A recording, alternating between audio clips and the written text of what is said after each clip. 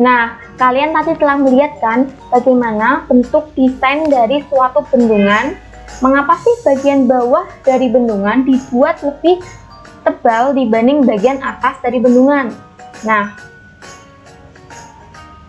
ini adalah gambar desain dari suatu bendungan di mana bagian bawah bendungan dibuat lebih tebal di bagian atasnya. Nah, hal ini dikarenakan karena bagian bawah dari bendungan mengenai tekanan hidrostatis yang lebih besar dibanding bagian atas dari bendungan. Nah, karena itulah bendungan dibuat sedemikian rupa agar bendungan tetap kokoh dan tidak roboh saat terkena erosi. Nah, sebelum kita mengetahui apa sih itu tekanan hidrostatis, kita perlu tahu nih apa itu tekanan. Nah, tekanan selalu terkait dengan gaya. Tekanan yang besar selalu dihasilkan oleh gaya yang besar, begitu pula dengan sebaliknya. Namun, definisi tekanan tidak hanya seperti itu. Nah, kita tinjau yuk bagaimana jika jari tangan kita menekan balon dan saat jarum menekan balon. Nah, kita mengetahui bahwa saat jarum menekan balon, maka balon akan pecah. Sedangkan saat jari tangan kita menekan balon, balon tidak akan pecah.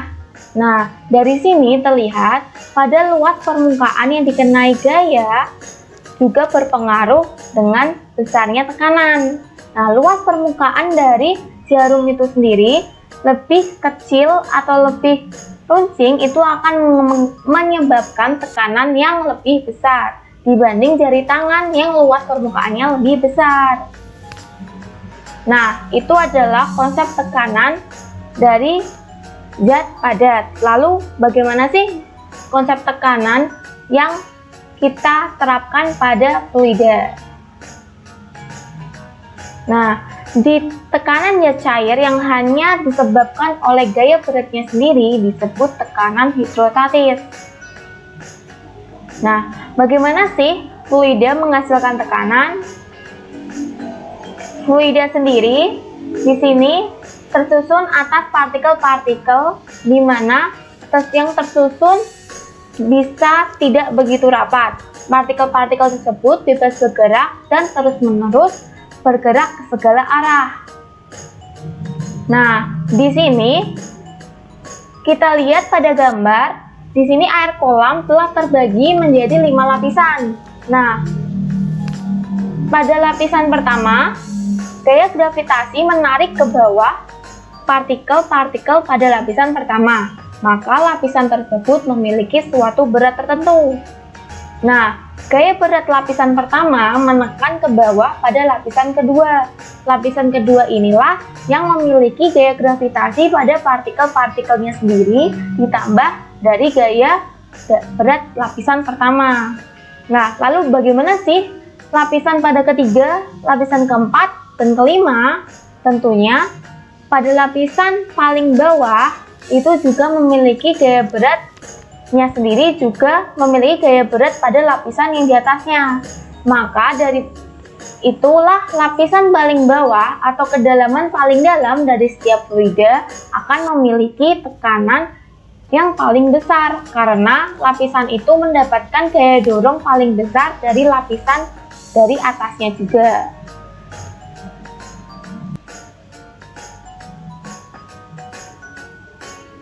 Jadi, tekanan hidrostatis itu sendiri diartikan bahwa tekanan pada zat cair yang disebabkan oleh fluida tak bergerak yang dialami oleh suatu titik fluida diakibatkan oleh gaya berat fluida yang berada di atas titik tersebut. Lalu, untuk menghitung persamaan tekanan hidrostatis di suatu titik, mari perhatikan gambar berikut.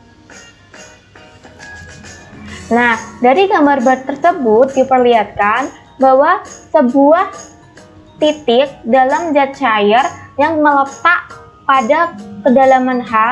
Nah, pada permukaan zat cair ini mengalami gaya berat, di mana gaya berat itu merata pada luas penampang A, sehingga didapatkan persamaan hidrostatis, di mana tekanan hidrostatis adalah berat fluida dibagi dengan luas permukaan luas penampang A. Nah, didapatkan P sama dengan Rho dikali G dikali H. Nah, besarnya tekanan hidrostatis sendiri itu dipengaruhi oleh massa jenis zat cair, kedalaman zat cair, dan percepatan gravitasi. Nah, jadi berdasarkan dari persamaan tekanan hidrostatis tadi, kita mengetahui nih apa aja faktor yang mempengaruhi tekanan hidrostatis, yaitu ada ketinggian H, lalu ada percepatan gravitasi G, dan massa jenis cairan. Lalu, bagaimana sih jika kita memperhitungkan tekanan udara luar atau P0? Nah, jika kita memperhitungkan tekanan udara luar atau P0, tekanan total pada titik I akan sama dengan jumlah tekanan hidrostatis ditambah tekanan udara luarnya. Maka, tekanan mutlaknya menjadi P0 ditambah Rho BH. Nah, selanjutnya kita akan membahas hukum utama hidrostatika. Nah, pada gambar berikut, kita lihat nih, gambar tersebut adalah sebuah bejana berhubungan yang diisi oleh fluida, misalkan air. Nah, dapat dilihat bahwa ketinggian dari permukaan air di setiap tabung adalah sama. Nah, walaupun bentuk tabung berbeda-beda, lalu bagaimanakah tekanan yang dialami untuk setiap titik di tabung yang berbeda? Apakah tekanan total di titik A, di titik B, C, D itu sama? Nah, kejadian ini memenuhi hukum utama hidrostatika, di mana berbunyi semua titik yang terletak pada bidang datar yang sama di dalam zat cair yang sejenis memiliki tekanan yang sama pula. Nah, karena kita telah mengetahui apa aja sih faktor yang mempengaruhi tekanan hidrostatis itu sendiri, yaitu ada percepatan gravitasi G, kedalaman fluida H, dan massa jenis zat cair Rho, lalu maka tekanan hidrostatis tidak mempengaruhi atau tidak bergantung pada bentuk bejana. Jadi, walaupun bentuk penampang tabung itu berbeda-beda, besarnya tekanan di titik A, di titik B, dan di titik C dan D adalah sama.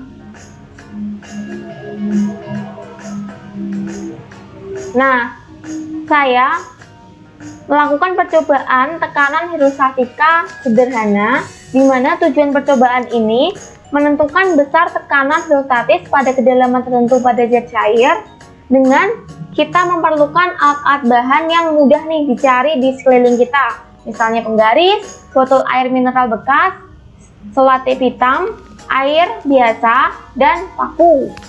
Nah, untuk cara kerja dari percobaan ini, persiapkan alat dan bahan. Nah, saya menggunakan botol bekas yang tidak dipakai, pasti kalian punya kan? Nah, itu kita gunakan sebagai bahan percobaan. Lalu, yang pertama kita mengukur ketinggian botol, di mana tinggi yang kita gunakan itu tinggi yang bagian rata saja. Nah, lalu melubangi botol dengan paku sebanyak 4 lubang. Di sini saya melubangi 4 melubangi botol dengan paku, di sini dengan jarak per lubangnya itu 5 cm.